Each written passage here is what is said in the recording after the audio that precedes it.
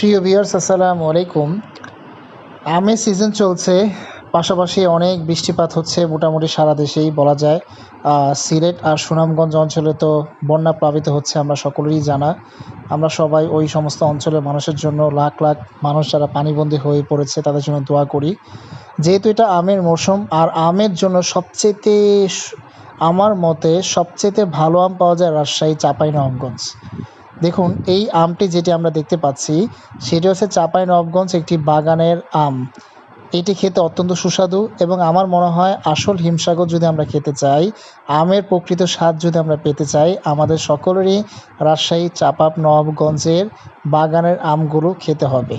সেটা যেখান থেকেই হোক না কেন আমরা যদি সংগ্রহ করে খেতে পারি তাহলে আমার মনে হয় আমের প্রকৃত স্বাদ আমরা পেতে সম্ভব।